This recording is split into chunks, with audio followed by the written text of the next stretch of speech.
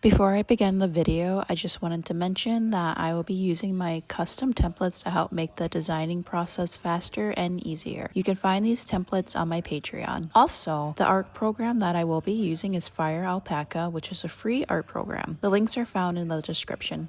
Thanks.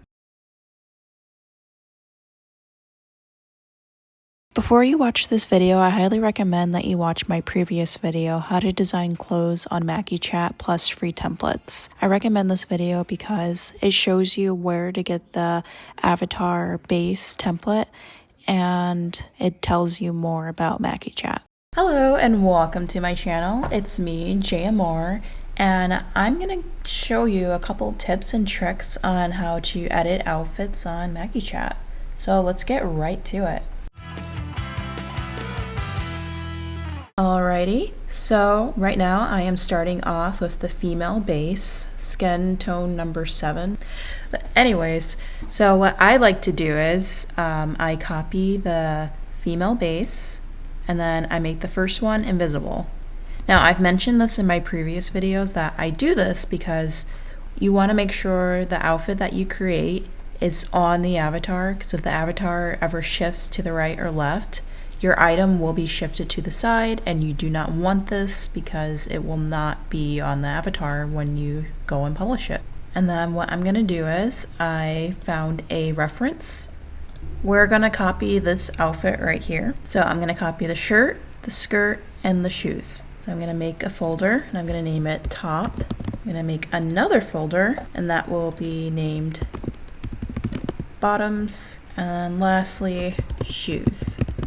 So for the shirt, I'm going to be using one of my templates.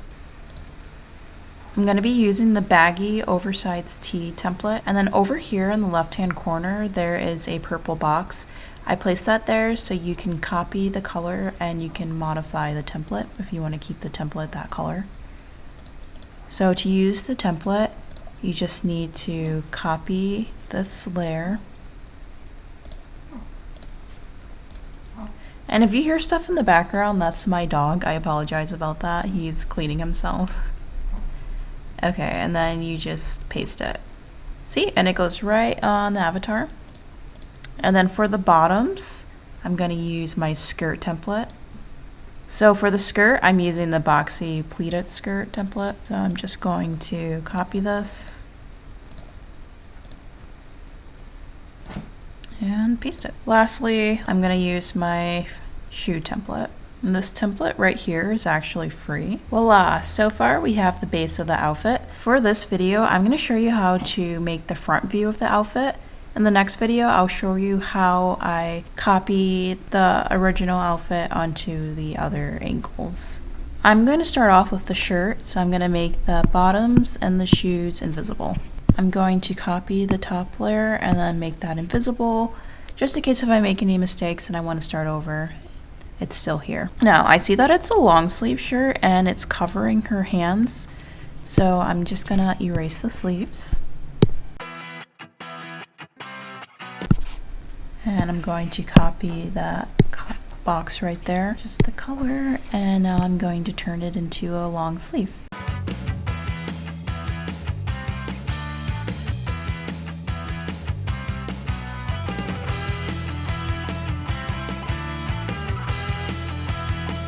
So I would say the outline looks good. So what I'm going to do is I'm going to name this outline.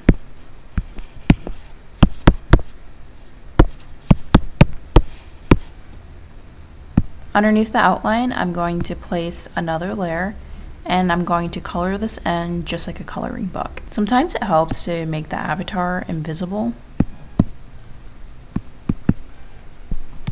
And then just tidy up any little errors you made,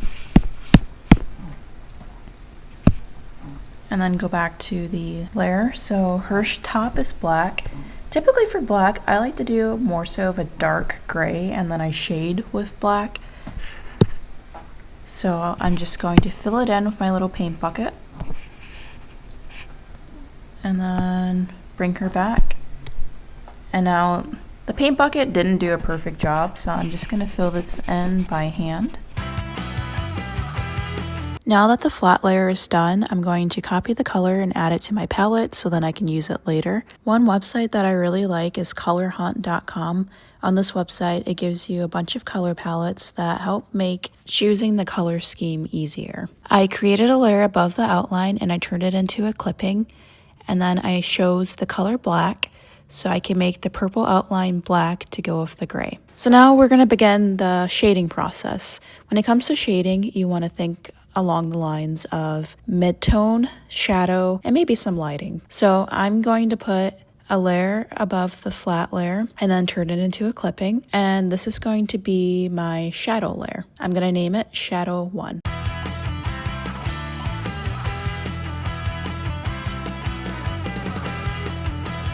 Now that I finished my first layer of shadowing, I'm going to create another layer, and I'm just going to make the opacity a little bit lighter than the previous one. So the previous one is 70%, so I'm going to make this one 50%. This will be my last shadow layer, so what I like to do is color the whole lower proportion of the clothing a dark color, and then I blend it with the mixer brush. I finished my shadow layers, so now I'm going to pull up an old edit that I made of my dog, and I'm going to use that for the graphic on the t-shirt. I'm adding some text to the shirt because on her shirt she's got some words, so I'm going to add my own words to the shirt. So the words on her shirt has this cool drippy fire design to it, so I'm going to add that to mine as well. And then I'm going to add a hint of pink to my dog's face. Additionally, I'm adding some pink detail to the sleeve, just like in the reference picture. To help blend the graphic designs onto the shirt, I'm going to begin adding some shadow layers to it. Finally, to help blend everything together, I like to add a layer of detail, so I'm going to be using my Grunge 1 print template. Right now, I'm lowering the saturation of the template to go with the shirt, and I'm turning down the brightness. And then I'm erasing the parts that I don't need. So we're moving over to the skirt. Again, you want to think along the lines of midtones, shadows, and highlights.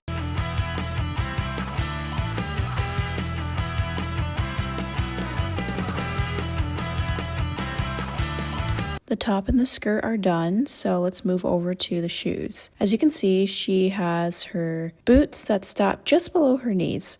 So I'm just going to modify the template to resemble her boots. Me personally, I like to just work on one shoe and then copy it and move it over to the other foot, just so I can make the editing process faster. So I'm actually going to erase the other shoe on the template. When it comes to coloring in the shoe, it's literally the same process. You start off with the flat layer, then you put a layer above that, turn it into a clipping, and then you want to think about shadowing, midtones, and highlights. I know you're tired of hearing it, but it's literally, that's all you gotta do. Midtone, shadowing, and highlights. So I noticed she has some fishnets on, so I'm actually gonna add that to the outfit. So I'm gonna use my fishnet template. And then on top of the template, I'm going to add some little designs to it to kind of match her tattoos.